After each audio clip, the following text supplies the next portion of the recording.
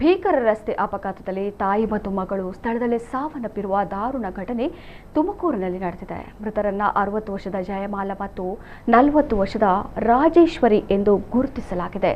ರಾಜೇಶ್ವರಿ ಅವರ ಮಗ ಪ್ರೀತಂನನ್ನ ಶ್ರವಣಬೆಳಗೊಳದ ವಸತಿ ಶಾಲೆಗೆ ಸೇರಿಸಲು ಇಂದು ಬೆಳಗ್ಗೆ ಬೆಂಗಳೂರಿನಿಂದ ಕಾರಿನಲ್ಲಿ ಪ್ರಯಾಣ ಬೆಳೆಸಿದ್ದರು. ಕುಣಿಗಲ್ ತಾಲೂಕಿನ ಉರ್ಕೆಹಳ್ಳಿ ಬಳಿ ಕಾರು ಚಾಲಕನ ನಿಯಂತ್ರಣ ತಪ್ಪಿ ರಸ್ತೆ ವಿಭಜಕಕ್ಕೆ ಡಿಕ್ಕಿ ಹೊಡೆದಿದೆ. ಡಿಕ್ಕಿಯ ರಭಸಕ್ಕೆ ಜಯಮಾಲ ಹಾಗೂ ರಾಜೇಶ್ವರಿ ಸ್ಥಳದಲ್ಲೇ ಕೊನೆಯುಸಿರೆಳೆದಿದ್ದಾರೆ. ಕಾರು ಚಾಲಕ ಮಾರುತಿ ಹಾಗೂ ರಾಜೇಶ್ವರಿ ಮಗ ಪ್ರೀತಂ ಗಂಭೀರವಾಗಿ ಗಾಯಗೊಂಡಿದ್ದು ಅವರನ್ನ ಸಮೀಪದ ಆಸ್ಪತ್ರೆಗೆ ದಾಖಲಿಸಲಾಗಿದೆ. ಘಟನೆಗೆ ಸಂಬಂಧಿಸಿದಂತೆ ಕುಣಿಗಲ್ ಪೊಲೀಸ್ ಠಾಣೆಯಲ್ಲಿ ಪ್ರಕರಣ ದಾಖಲಾಗಿದೆ.